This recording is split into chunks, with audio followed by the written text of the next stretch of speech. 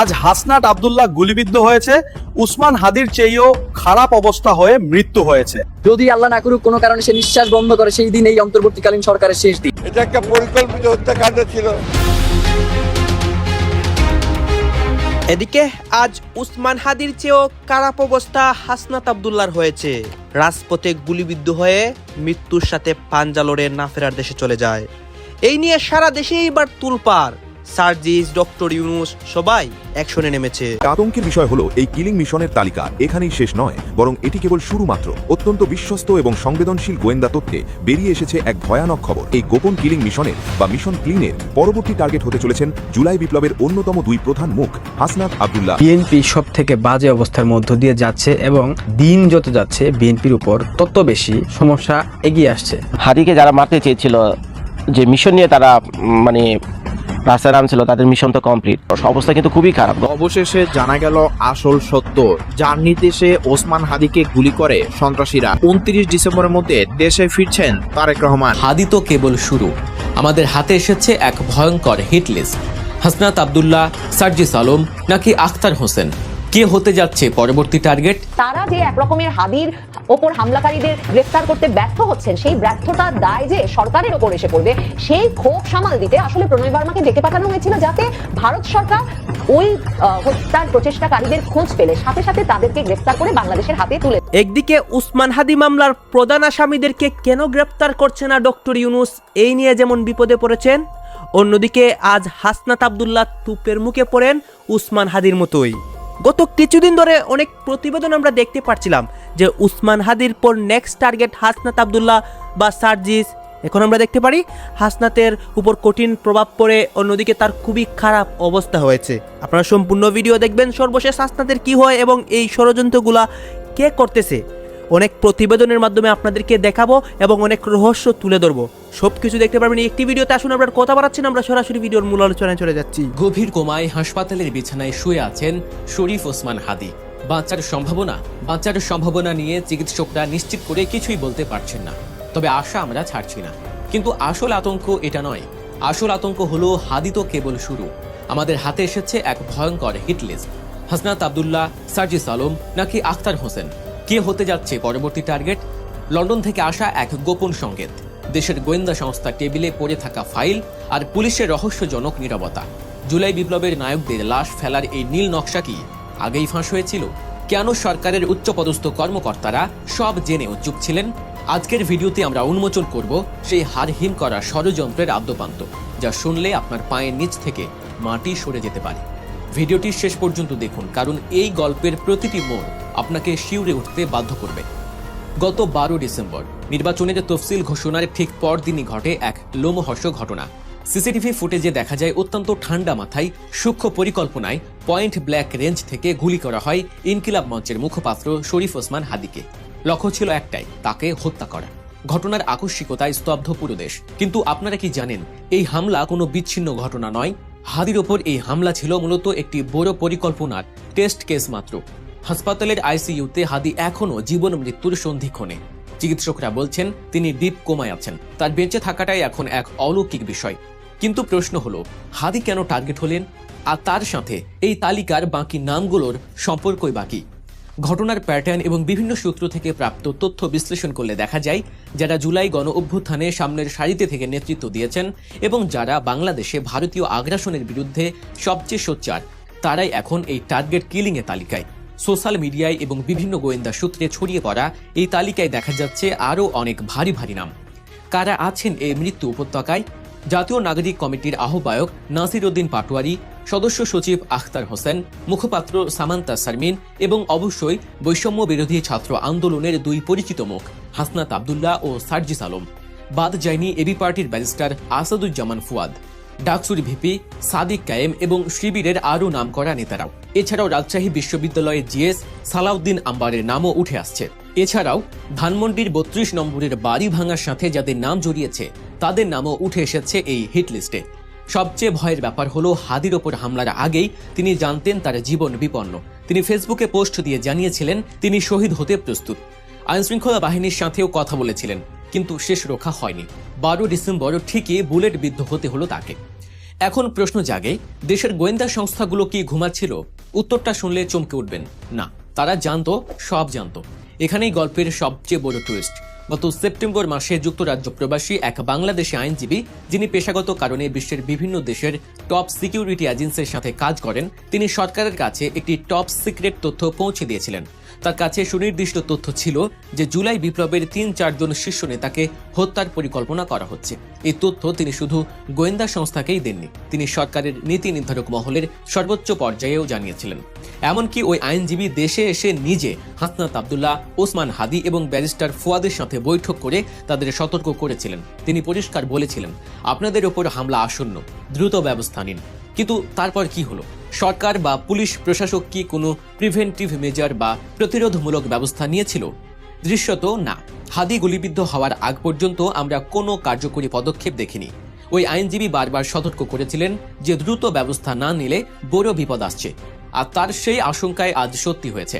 হাদির রক্তে রঞ্জিত হয়েছে রাজপথ। যদি আল্লাহ না করুক কোনো কারণে সে নিঃশ্বাস বন্ধ করে, সেই দিন এই অন্তর্বর্তীকালীন সরকারের শেষ দিন। ডক্টর ইউনূস মহোদয়, আপনি খুব সুন্দর করে কথা বলেন, মাঝে মধ্যে একটু মুচকি হাসেনও। আপনার লজ্জা পাওয়া উচিত। সব থেকে সুন্দর নির্বাচন হবে এমন কথা যখন আপনারা বলেন, তখন আপনাদের মুখে আমাদের থুতু মারতে ইচ্ছে হয়। ওসমান হাদি সবসময় বলেছে যে বাংলাদেশের মিডিয়া তারা অতীতে যেই পক্ষপাত দুষ্ট আচরণ করেছে, কিন্তু আমি ওসমান হাদিকে তারা যেভাবে সর্বাত্মক সহযোগিতা করেছে সবসময়, এটা আমি তাদের প্রতি চিরকৃতজ্ঞ, এটা সে সবসময় বলতো। সুতরাং আমরা মনে করছি আপনি একই সাথে সাংবাদিক এবং বাংলাদেশের একজন মানুষ, সুতরাং আপনাদের কাছেও বিভিন্ন ধরনের তথ্য বিভিন্ন জায়গা থেকে আসে। আপনাদেরও কর্তব্য রয়েছে, যারা বাংলাদেশের স্বাধীনতাকে বিনষ্ট করতে চায় তাদের বিরুদ্ধে আপনারা আপনাদের প্রতিবাদ জারি রাখবেন। এবং মিডিয়াগুলোতে আপনারা যাদেরকে আমন্ত্রণ জানান, তাদেরকে আমরা দেখি যে তারা একজন মানুষ হসপিটালের বিছানায় পড়ে আছে আর তাকে নিয়ে তারা উল্লাস প্রকাশ করছে। এই ধরনের মানুষকে আপনারা যখন টকশোতে জানান, তখন আপনাদের প্রতি আমাদের কিছু বলবার থাকে না, শুধু ধিক্কার জানাতে ইচ্ছা হয়। আমরা আর এই ধিক্কার জানাতে চাই না। আমরা মনে করি আপনারা যাদেরকে এই টকশোগুলোতে আমন্ত্রণ জানান, আপনাদের অবশ্যই এই ব্যাপারে সতর্ক হওয়া প্রয়োজন। কারণ মানবাধিকার শুধু মানুষের জন্য, কোনো পশুর জন্য কোনো মানবাধিকার নাই। পশুর কণ্ঠস্বর তো আসলে আমরা মিডিয়ার মাধ্যমে আপনাদের কাছ থেকে শুনতে চাই না। এটা সম্ভবত 5 থেকে 10 মিনিট আগের ঘটনা, যে তারা বলেছে যে খুনি আমাদের প্রতিবেশী রাষ্ট্র ভারতে পালিয়েছে। আপনাদের কাছে একটা কথা জানতে চাই যে বাংলাদেশে যারাই এবং যখনই কোনো গুম, খুন এবং হত্যা হয়, সেই খুনির আশ্রয়দাতা অটোমেটিক্যালি ভারত হয়ে যায়। তো একটা প্রতিবেশী রাষ্ট্রের দায়িত্ব কি তার পার্শ্ববর্তী রাষ্ট্রের যে নিরাপত্তা যারা বিঘ্নিত করে তাদেরকে আশ্রয় দেয়া, নাকি তার পার্শ্ববর্তী রাষ্ট্রের নিরাপত্তা যাতে কোনোভাবে ব্যাহত না হয় সেই দিকে সহযোগিতা করা? কেন এই হামলা? কেন এই হিটলিস্ট?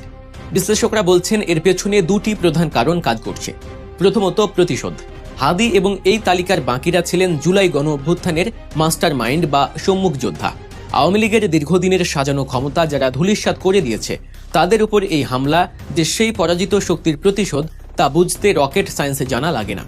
দ্বিতীয়ত এবং সবচেয়ে গুরুত্বপূর্ণ কারণ হলো ভূ রাজনীতি বা ইন্ডিয়ান ফ্যাক্টর।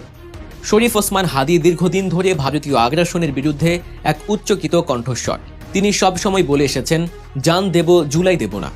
দেশের স্বার্থে ভারত বিরোধী অবস্থানের কারণে তিনি চক্ষুশূল হয়ে উঠেছিলেন ভিনদেশি প্রভুদের। ভিডিও ফুটেজে আমরা দেখেছি হাদিকে হত্যার চেষ্টা করা হয়েছে অত্যন্ত ঠান্ডা মাথায়। হামলাকারীরা জানতো কখন তিনি বের হবেন, কোথায় যাবেন। এই লেভেলের ইন্টেলিজেন্স কোনো সাধারণ গুন্ডা বা মাস্তানের থাকা সম্ভব নয়। এর পেছনে যে বড় কোনো রাষ্ট্রীয় বা আন্তর্জাতিক এজেন্সির হাত আছে তা অনেকটা স্পষ্ট। রাকসুর নেতা জিএস সালাউদ্দিন আম্মার জানিয়েছেন, তিনি প্রতিদিন শত শত হত্যার হুমকি পাচ্ছেন। এমনকি তার বাবা মায়ের ছবি পাঠিয়েও হুমকি দেওয়া হচ্ছে। তিনি চরম নিরাপত্তাহীনতায় ভুগছেন। এই যে একের পর এক হুমকি, মানসিক চাপ সৃষ্টি করা, এটা কি কেবল ভয় দেখানোর জন্য, নাকি এর মাধ্যমে সবাইকে বার্তা দেয়া হচ্ছে যে চুপ হয়ে যাও, নইলে হাদির মতো পরিণতি হবে? পরিস্থিতি আরও ঘোলাটে হয়েছে নির্বাচনের তফসিল ঘোষণার পর। বিএনপি নেতা তারেক রহমান দেশে ফিরছেন 25 ডিসেম্বর। ঠিক তার আগেই এই ধরনের টার্গেট কিলিং কি দেশে একটি অস্থিতিশীল পরিবেশ তৈরি করার চেষ্টা নয়? নির্বাচনের মাঠ যাতে ফাঁকা থাকে, বিপ্লবীরা যাতে ভয়ে ঘরে ঢুকে যায়, সেই লক্ষ্যে কি এই হামলার ছক কষা হয়েছে? চট্টগ্রামে কিছুদিন আগে বিএনপি প্রার্থীর উপর হামলার ঘটনাও আমরা দেখেছি। সেখানেও এক কর্মী নিহত হয়েছিলেন। অর্থাৎ প্যাটার্নটা খুবই পরিষ্কার, যারা মাঠে থাকবে তাদের সরিয়ে দেওয়া হবে। এই মুহূর্তে সবচেয়ে বড় প্রশ্ন হলো, হাদির ওপর হামলার পর কি বাকিরা নিরাপদ? হাসনাত আব্দুল্লাহ বা সার্জিস আলমদের নিরাপত্তা কে নিশ্চিত করবে? যে রাষ্ট্রযন্ত্রের কাছে 3 মাস আগেই সুনির্দিষ্ট তথ্য ছিল, তারা যখন ব্যর্থ হলো তখন সাধারণ মানুষ কার কাছে যাবে? ওই যুক্তরাজ্য প্রবাসী আইনজীবী বলেছিলেন তার কাছে যে তথ্য আছে তা বিশ্বাসযোগ্য এবং স্পর্শকাতর। তিনি কোনো রাজনৈতিক উদ্দেশ্যে নয়, বরং দেশের মঙ্গলের জন্য এই তথ্য দিয়েছিলেন। কিন্তু আমলাতান্ত্রিক জটিলতা বা অবহেলার কারণে সেই তথ্য কোনো কাজে আসেনি। আল্লাহ না করুন আজ যদি হাদি মারা যায়, তবে এর দায়ভার কার? যারা তথ্য পেয়েও চুপ ছিল তাদের কি বিচারের আওতায় আনা হবে না? জুলাই বিপ্লব আমাদের শিখিয়েছে অন্যায়ের বিরুদ্ধে দাঁড়াতে, কিন্তু সেই বিপ্লবের নায়করা যদি আজ নিজ দেশে পরাধীন শক্তির বুলেটের শিকার হন, তবে এই স্বাধীনতার অর্থ কি? হাদির শরীরের প্রতিটি ক্ষত চিহ্ন আজ আমাদের বিবেকের দিকে আঙুল তুলছে। সামনে কঠিন সময়। হাদির ওপর হামলাকারী কারা তা হয়তো তদন্তে বেরিয়ে আসবে, কিন্তু হয়তো অন্য অনেক তদন্তের মতো ফাইল চাপা পড়ে যাবে। কিন্তু এই যে হিট লিস্ট, এটা তো মিথ্যা নয়। আজ হাদি, কাল হয়তো হাসনাত, পরশু সাজিস। এভাবে একে একে যদি সব বাতি নিভিয়ে দেওয়া হয়, তবে অন্ধকার ছাড়া আর কিছুই বাকি থাকবে না। সরকারের কাছে আমাদের এই আপামর জনতার একটাই দাবি, অবিলম্বে এই হিট লিস্টের সাথে জড়িত দেশি বিদেশি সব চক্রান্তকারীকে চিহ্নিত করা হোক। আর কোনো মায়ের বুক যেন খালি না হয়, আর কোনো জুলাই যোদ্ধাকে যেন হাসপাতালের বেডে ধুকে ধুকে মরতে না হয়। প্রিয় দর্শক, আপনারা কি মনে করেন? হাদির ওপর এই হামলা কি শুধুই রাজনৈতিক প্রতিহিংসা, নাকি এর পেছনে আছে গভীর কোনো আন্তর্জাতিক ষড়যন্ত্র? ত্রয়োদশ জাতীয় সংসদ নির্বাচন ঘনিয়ে আসার সাথে সাথে মাথাচাড়া দিয়ে উঠেছে সন্ত্রাসবাদ। একের পর এক হামলার শিকার হচ্ছেন প্রার্থীরা। তফসিল ঘোষণার পরপরই গুলিবিদ্ধ হয়ে হামলার শিকার হন জুলাই গণ অভ্যুত্থানের সম্মুখ সারির নেতা ওসমান হাদি। এবার হামলাকারীকে নিয়ে নতুন চাঞ্চল্যকর তথ্য দিলেন আল জাজিরার অনুসন্ধানী সাংবাদিক জুলকারনাইন সায়ের। এ নিয়ে বিস্তারিত জানাচ্ছেন জান্নাতুন নাহার জেরি। এই ওসমান হাদি এবং তার ভাই বোনেরা আল্লাহ ছাড়া এই জমিনের নিচে আর কাউকে ভয় পায় না। নির্বাচনী তফসিল ঘোষণার মধ্য দিয়ে আনুষ্ঠানিকভাবে শুরু হয়েছে ত্রয়োদশ জাতীয় সংসদ নির্বাচনের যাত্রা। কিন্তু তফসিল ঘোষণার পরদিনই ঘটে গেল অপ্রত্যাশিত ঘটনা। ইনকিলাব মঞ্চের মুখপাত্র ও ঢাকা ৮ আসনের সম্ভাব্য স্বতন্ত্র প্রার্থী ওসমান হাদি এখন সন্ত্রাসীদের গুলির শিকার হয়ে রাজধানীর এভারকেয়ার হাসপাতালের আইসিইউতে জীবন মৃত্যুর সন্ধিক্ষণে রয়েছেন। জানিয়ে দেশজুড়ে নেতাদের মধ্যে বিরাজ করছে তীব্র আতঙ্ক। হাদির উপর গুলিবর্ষণের ঘটনায় সাবেক ছাত্রলীগ নেতা ফয়সাল করিম মাসুদের সম্পৃক্ততা থাকার দাবি করেছেন আল জাজিরার অনুসন্ধানী সাংবাদিক জুলকারনাইন সায়ের। এ নিয়ে সামাজিক যোগাযোগ মাধ্যমে একাধিক পোস্টও দিয়েছেন তিনি। জানা গেছে, ফয়সাল করিম মাসুদ ঢাকা মহানগর উত্তর ছাত্রলীগের সাবেক সহসভাপতি এবং আদাবর থানা ছাত্রলীগের সভাপতি হিসেবে দায়িত্ব পালন করছিলেন। এবার সেই আসামি সম্পর্কে নতুন তথ্য দিলেন জুলকারনাইন সায়ের। আসামি ও তার সহযোগী বাইক চালক আলমগীর হোসেন বর্তমানে ভারতের আসামের গুয়াহাটিতে অবস্থান করছেন। 14 ডিসেম্বর নিজের ভেরিফাইড ফেসবুক আইডিতে দেওয়া এক পোস্টে তিনি এমন দাবি করেন। পোস্টে জুলকারনাইন বলেন, তারা 12 ডিসেম্বর সন্ধ্যায় সীমান্ত পাড়ি দিয়ে ভারতে প্রবেশ করে বলে নিশ্চিত হওয়া গেছে। তাদের বর্তমান অবস্থান আসামের গুয়াহাটি শহরে। জুলকারনাইনের দাবি, ভারতে তাদের সহায়তা করছেন আওয়ামী লীগ নেতা জাহাঙ্গীর কবির নানকের ব্যক্তিগত সহকারী মোহাম্মদ মাসুদুর রহমান বিপ্লব। বিপ্লবের তত্ত্বাবধানে এই হত্যাকারীরা ভারতে অবস্থান করছেন। হাদির উপর হামলার বিষয়ে তিনি আরো বলেন, নির্ভরযোগ্য সূত্রে জানা গেছে অত্যন্ত পরিকল্পিতভাবে এই আক্রমণ করা হয়েছে। ডক্টর ইউনূস সরকার, জামাত ইসলামী, এনসিপি, বিএনপি এখনো সবথেকে বেশি ভয় হচ্ছে বাংলাদেশ আওয়ামী লীগকে নিয়ে। বাংলাদেশ আওয়ামী লীগকে নিয়ে বেশি ভয় পাওয়ার কারণ হচ্ছে বাংলাদেশ আওয়ামী লীগ রাজপথে নামলে কি পরিস্থিতি হতে পারে যারা ইতিহাস পড়েছে তারা ভালো করে জানে। আর বিএনপি এবং জামাতের থেকে তো কারো ভালো করে জানার কথা না। 2006 সালে 7 সালে কি পরিস্থিতি করেছে রাজপথে নেমে বাংলাদেশ আওয়ামী লীগ, আমরা যারা রাজনীতি সম্পর্কে ধারণা রাখি সকলেই অবগত আছি। এখন অনেকেই বলতে পারেন। দর্শক, আপনারা তো দেখলেন এখানে কি কথা হচ্ছে। অনেকেই কিন্তু অনেক কথা বলতেছে, অনেকে আলোচনা করতেছে, অনেকে সমালোচনা করতেছে। বিশেষ করে এখানে ওসমান হাদির বিষয় নিয়ে কথা হয় এবং তার বিষয়ে এবং মামলার বিষয়ে অনেক মিশন নিয়ে কথা হয়। গাইজ, এই বিষয়গুলো দেখে আপনাদের কি মনে হচ্ছে এবং আপনাদের মন্তব্য কি ওসমান হাদিকে নিয়ে? আপনার মন্তব্যটা অবশ্যই আপনারা আমাদের কমেন্ট বক্সে লিখে যাবেন। আর হ্যাঁ, এতক্ষণ আপনাদেরকে আমরা যা কিছু দেখিয়েছি সব কিছু আমরা সোশ্যাল মিডিয়া থেকে সংগ্রহ করেছি। এখানে আমাদের নিজস্ব কোনো মন্তব্য নেই বা আমাদের নিজস্ব কোনো সিদ্ধান্তও নেই। সর্বশেষ আপনাদের কাছে আমাদের একটা রিকোয়েস্ট থাকবে, আপনারা আমাদের চ্যানেলে নতুন দর্শক হয়ে থাকলে চ্যানেলটি সাবস্ক্রাইব করবেন এবং পাশে থাকা বেল বাটনটি বাজাবেন যাতে করে নেক্সট ভিডিওটা সবার আগে আপনাদের কাছে পৌঁছে যায়। ধন্যবাদ।